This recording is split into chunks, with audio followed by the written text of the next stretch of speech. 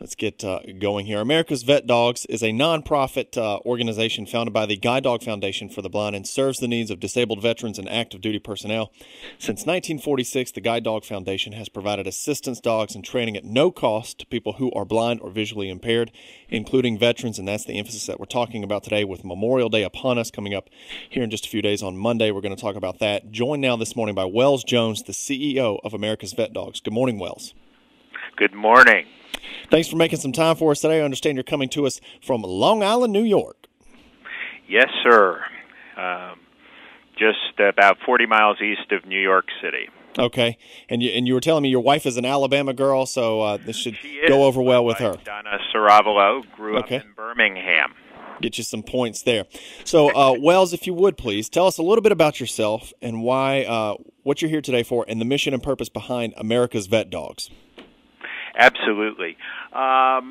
It's my privilege to lead a team of people, staff and volunteers, who make a wonderful difference in the lives of veterans, people who have served our country, and we're serving veterans of all eras. And we're talking about veterans who have disabilities, and we train guide and service dogs to help mitigate disabilities for those veterans.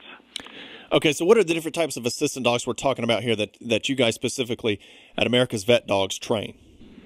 Sure. Well, we do train guide dogs to help the blind and visually impaired. Mm-hmm. We also train quite a variety of service dogs, and I refer to these dogs frequently as designer dogs, not in the sense of how they look, but rather in terms of the tasks that they do, because we meet with the veteran to understand exactly what they need, and we train dogs to do tasks like providing balance.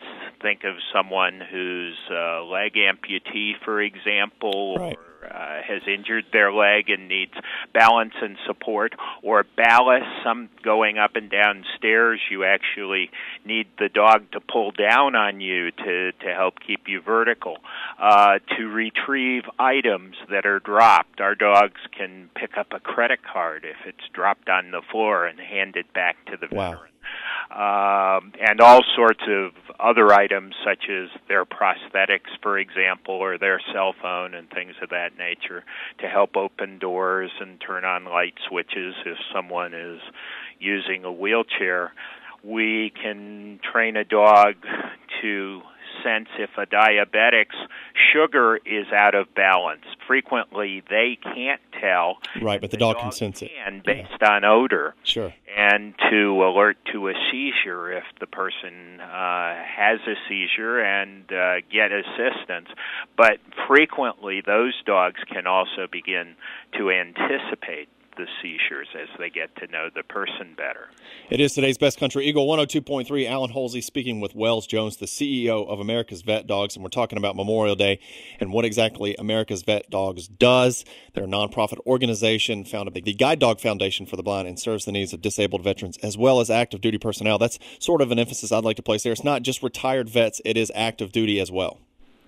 Absolutely. The military is now more welcoming than it ever has been before in terms of allowing veterans who are I'm sorry, I shouldn't use that, active duty personnel who are injured to continue in the military. And there are a number of instances of amputees and others who are continuing their military careers, and even for them, these dogs can provide assistance to make their lives easier and more complete. Hey, Wells, if you would, talk for a little bit about America's Vet Dogs treats. They're made by Bill Jack Super Premium Dog Food. How do they benefit America's Vet Dogs? If someone goes out and buys some of these treats, does that benefit America's Vet Dogs? It does. A portion of the purchase price is donated to America's Vet Dogs, and those treats are available now in stores like Petco and Walmart and quite a number of smaller chains as well as some major groceries as well. Okay.